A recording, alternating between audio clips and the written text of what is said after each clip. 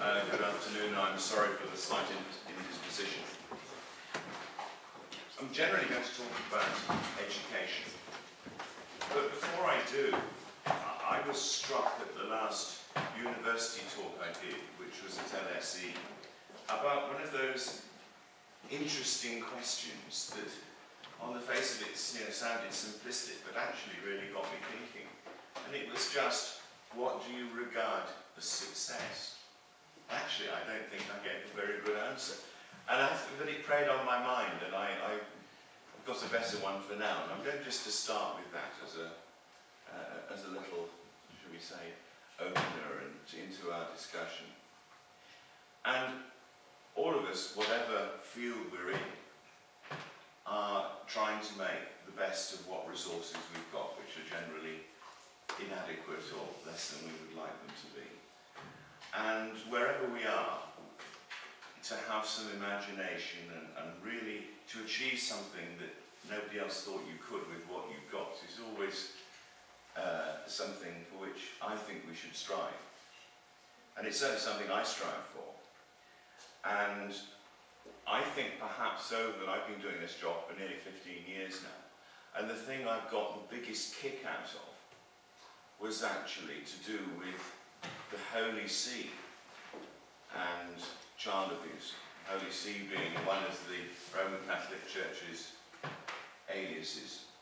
It's its own trinity being the Roman Catholic Church, Vatican City State, and the Holy See being the diplomatic arm of that benighted institution. And are you genuflecting?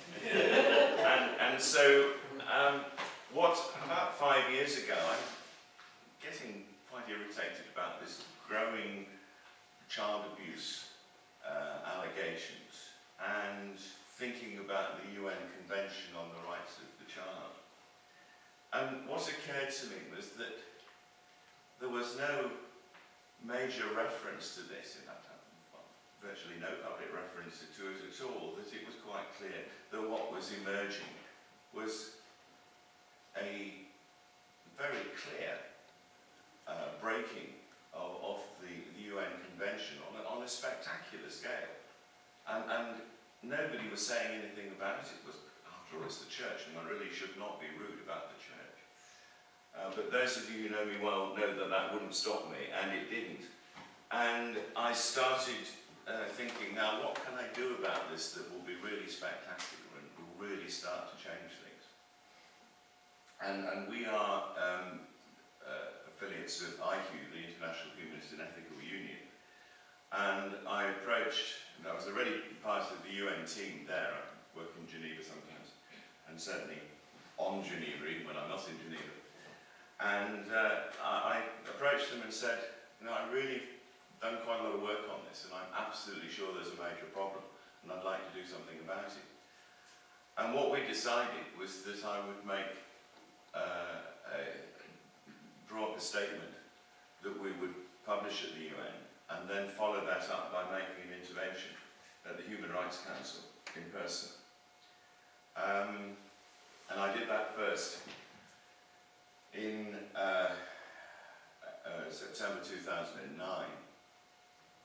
And it's quite funny actually, when I was just about to go up onto the rostrum, and there was one of the interns there, and she said, "Aren't you nervous?" And I said, "No, this is payback time. I've been waiting to do this for years and years and years." And she was kind of strange, found that right strange.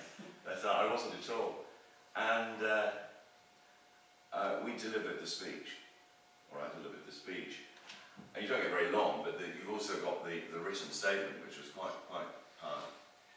And the Archbishop, who was the apostolic nuncio, the papal nuncio rather, and he was, you could see him following every word of my statement and fuming.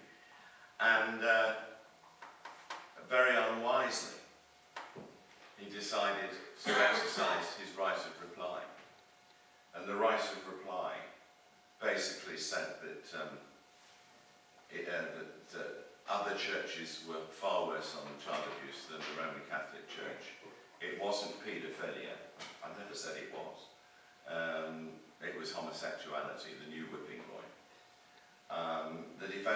other churches would clean up their act like the Roman Catholic Church had done.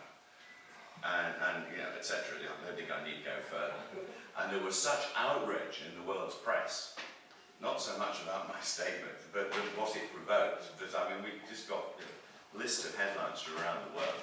I mean, even the American Public Radio, which is their equivalent of sort of subscription Radio 4, said, what worse could Archbishop Tomasi have done than say blah blah blah, well actually nothing, and he did, you know, and to whip it up.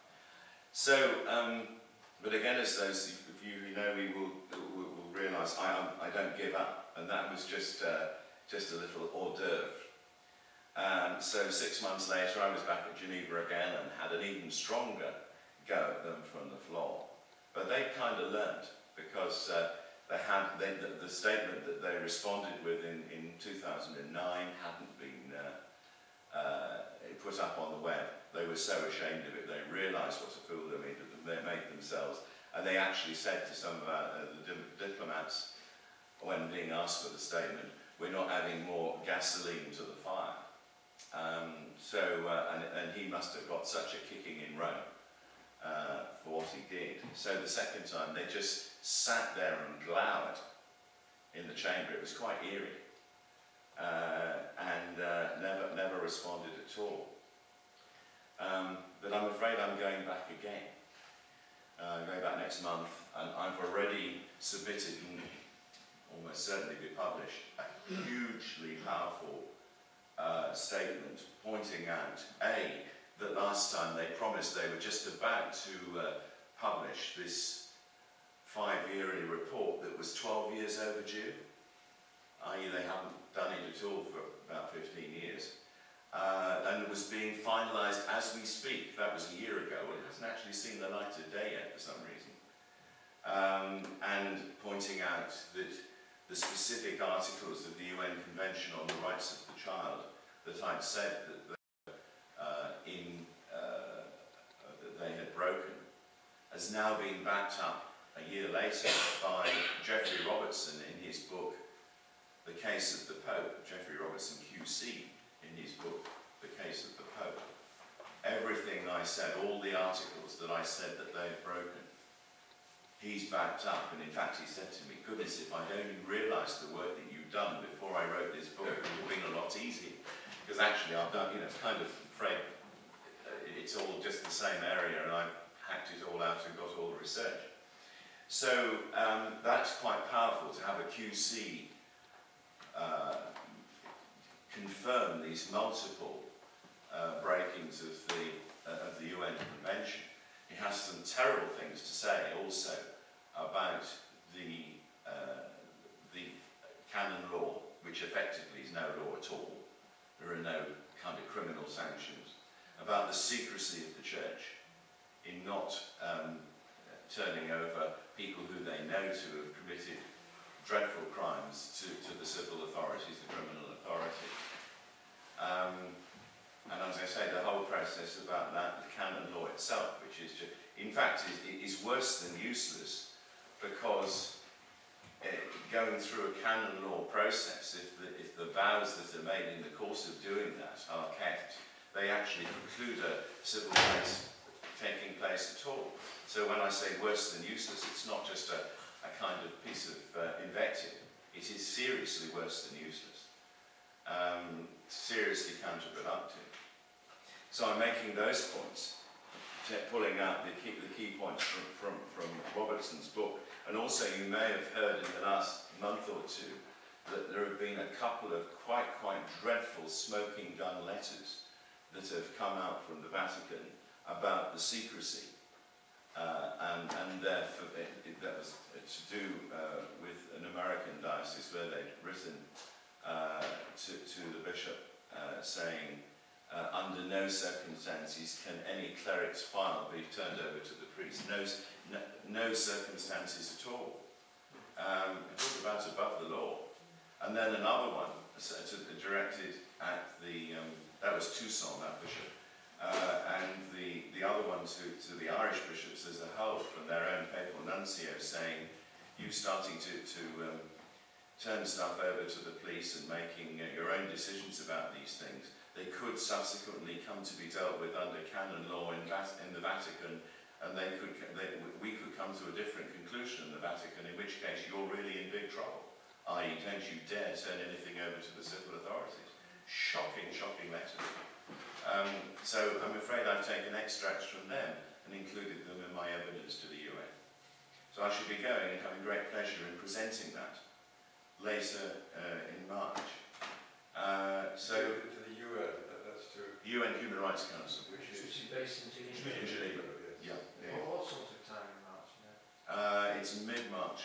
I think it's the 14th or the 15th, unless it's postponed to the 21st and the 22nd or something, but it's the expected date's the 14th or the 15th. So that's where we came into this was what do you regard as a success? I regard as a success where you find something that nobody else has and you run with it and get something very worthwhile out of it. And that's certainly, I think, out of the time I've spent, that's the thing I feel most falls into that category.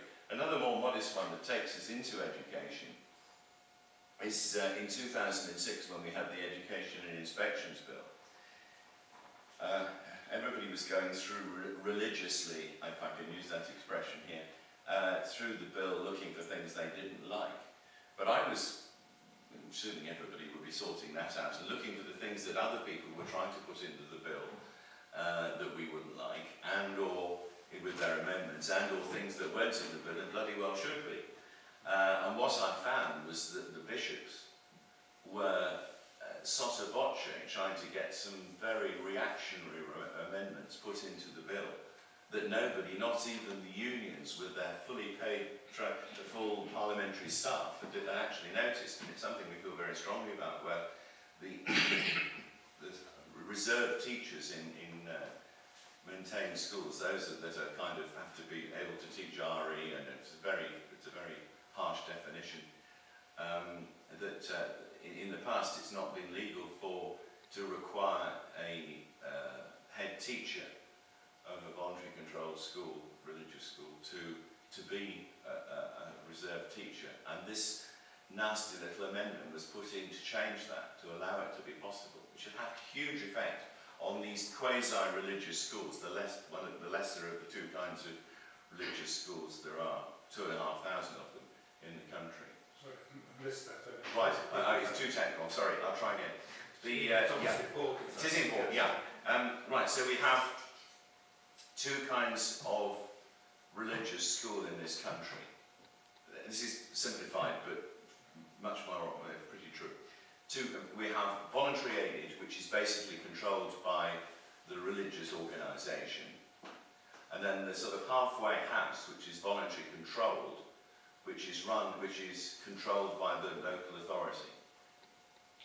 And in the lesser kind of school, lesser religious kind of school, you can only have 20% of teachers that are of posts that are these reserved teachers. And in most, there are much less than that, but a maximum of 20%.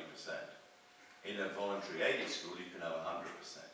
But in the voluntary controlled school, the head teacher could not be a reserved teacher post. And what they sneaked in 2006 was that would change. And I think the kind of ethos of the school changes potentially very much if you allow the top person to be somebody like that.